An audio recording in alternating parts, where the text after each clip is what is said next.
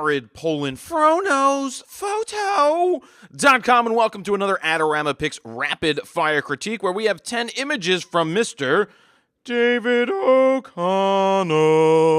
That's right, I'm going to critique his images, but before I do that, if you haven't signed up for the Frono's Photo email list, you can do so right here. Put your name, email address in the box, hit send it, and you'll get a free guide to capturing motion in low-light situations. So just go ahead, click up on the screen. It will take you over there. And if you want to submit images here for the rapid-fire critique, you can do it right here from Submit Photos. So let's get to Mr. David O'Connell's images. I don't even know what he's shooting with. I haven't taken a look. So here we have, is this Disneyland or Disney World? I guess it doesn't matter. It looks like Disneyland. It doesn't look like Orlando to me for some odd reason, just because I've been there. But anyway, so I like what you're trying to do here with the poles. You've got the light poles that you're using as natural symmetry. Awesome. You've got the tracks running right here, going this way and going that way. It's all actually, it's not symmetric because you don't have another pole here. That's not your fault. And you have a trash can right there. Where are all the trash cans? Anyway, I like it, but it's too far away from what is interesting in the photo. And what is interesting in the photo is Cinderella's castle. So that is, I would get closer. I would have stepped up maybe to right about here and used these leading lines to draw you into Walter Disney and Mickey Mouse walking hand in hand to get this. Or another type of shot that you could do is get even closer to Mickey Mouse and Walter Disney and fill the frame with them with the whole castle in the background out of focus. There's too much dead space here and not enough interest. I love what you were trying to do. It just didn't work in this case. I like the new flicker, how it's telling me a shot with the Canon EOS 60D with the 17-40 f4, good little lens. Shot at f13, whoa, at 17 millimeters, whoa, at 1/13 of a second. Well, you at 100. You hand holding this thing? Holy Jesus. Anyway, that's my thoughts on that. All right. I'm not sure about the fake out of focus stuff, but I would love to read about this. Another from the first night I had a chance to photograph the show. Normally I do fireworks in color, but I really like the black and white. Yeah, well, that was one thing I was thinking about. I wonder what the color looks like, but if the photographer thought the black and white would be better, this looks great. I mean, look at all of the people. Beautiful, beautiful. Maybe this is not fake out of focus stuff. I don't know. Maybe it's just blurry because it was up there longer and it was a longer. What was the exposure at? 24 to 105. That's interesting, having the 17-40 and the 24-105. F22, you gotta be on, long exposure, has to be on a tripod. Must have brought the tripod out. Anyway, I think this is a fantastic image. I love the fact that you've got all this light on these people. There's so many people there watching this happen. I bet you this is his wife. I bet you she is standing here going, this is my spot. My husband is taking a photo. Do not get in his way. That's what's going on here. Perfect symmetry. Really awesome. I would like to see the color, but I do think that this black and white is really strong. So nice job right there. Gaston. All right, not much I like about that. I mean, the HDR-ness of it is pretty nice. I'm not anti that. I like how the image is done. But what is with this out of focus stuff right here? See, that's what's throwing me off. This is in focus, but this is thrown out. I don't understand that. For some reason, something's off. Magic Kingdom from the new Fantasialand. This is one of my favorite places in the area. I don't know. David O'Connell's going to need to explain that, but there's not much interest to this shot.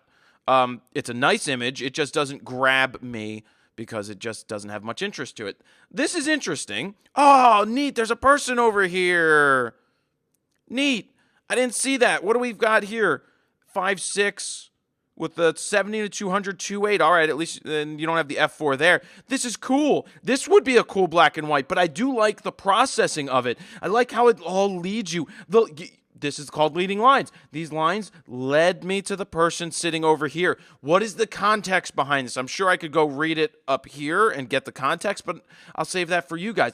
I just found it interesting that it led me over to it. Really, really cool. I like the image. I like the thought behind it. Really nice job. Yeah, no. There's not enough light in the face. There's too much light coming at halfway down right here. What do we got here? This is a 51.4, 156, 190th. Flash did fire, 200 ISO. It's just, it's hurting me. There's not enough light up here in the face, and it's just not very interesting because of that. She's got, yes, she has makeup and glitter on her face, but it's just, there's not enough light in the face. It's all down here. It's kind of a weird, it's just kind of a weird lighting setup, so I'd work on that. 3 Olives. Is this the Mountain Dew style? Dude, funny. Learned about this flavor of vodka just a few days ago, so I thought it would do when I saw the bottle. I thought it would, looking at the glass, would be okay. Here's the final shot. I like it. I like what's going on with the drops in the background. I like the way that the bottle is lit. Maybe a little too much light up here because you got to remember that there's no liquid here, so it's going to be more lit up here. So maybe I would have scrimmed that off and focused on more lighting down here, but I like this a lot. I'm not complaining one bit about it. I think that this works really, really well. Very nicely done. Little highlights up here, but nice light. Nice job. So we've got this food. We got this food over here. F10. We've got the 24 to 105. So I like the image, but there's too much the highlights back here are drawing me to this instead of drawing me to this. I think the flash is too overpowering and it needs to be softer, less direct and more soft. Shooting through a soft box, it may have been done that way, but it doesn't look like it. I just think I'm losing it because this is good, but this is drawing me into it. So in this case, maybe darker up here, with more of the light focus down here is going to make me focus on the cream and the stuff down here that I'm looking for. I just think that it's a little too harsh on the lighting side, but the colors are fantastic. Same thing here. We've got the wings, but we're too tight. Why doesn't it tell me what lens we're shooting with? I don't know, but it's too tight. This needs to be a little wider. I need to see more, a little wider or less harsh of the lighting here. Again, it's too harsh. Need to soften that up, but it's not a bad start. Just too harsh right there on the melon. Hey, much softer. That is a big burger with crumpled blue cheese, bacon, this stuff, nice looking French fries with some ketchup. I can live with this one more because the light isn't as harsh. It's still not diffused. It is off. Oh, F22. Holy Jesus.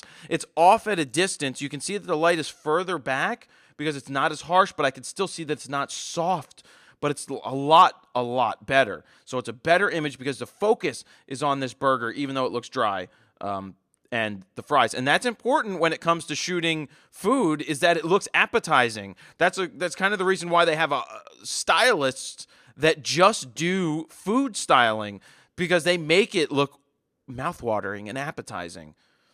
Pancakes and pecans. Yeah. I like pancakes a lot. I like them a lot. But I don't eat them very much. This is fine. It's fine. We got some dust on the, what did we at well, you got to get rid of those. Those are real easy to get rid of with the healing brush. Maybe some color thrown into this, some fruit off to the side, because it is a little dark. It's a lot of browns.